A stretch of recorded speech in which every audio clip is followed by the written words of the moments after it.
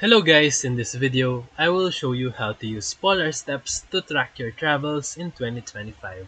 So step 1, download the Polarsteps app from the Apple Store or Google Play and create an account.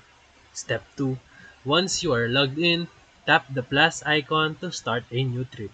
Name your trip, choose a cover photo, and set start and end dates. Step 3. Enable location tracking so the app can auto-log your travel route. So that is a very important step. Step 4. Add steps to your trip. These are photo entries, location check-ins, or journal notes. Step 5. You can add descriptions, travel companions, and activities to each step.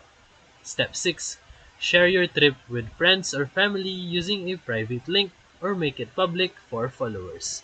Step 7.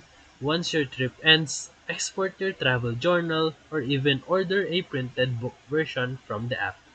Polar Steps makes travel documentation simple, visual, and fun.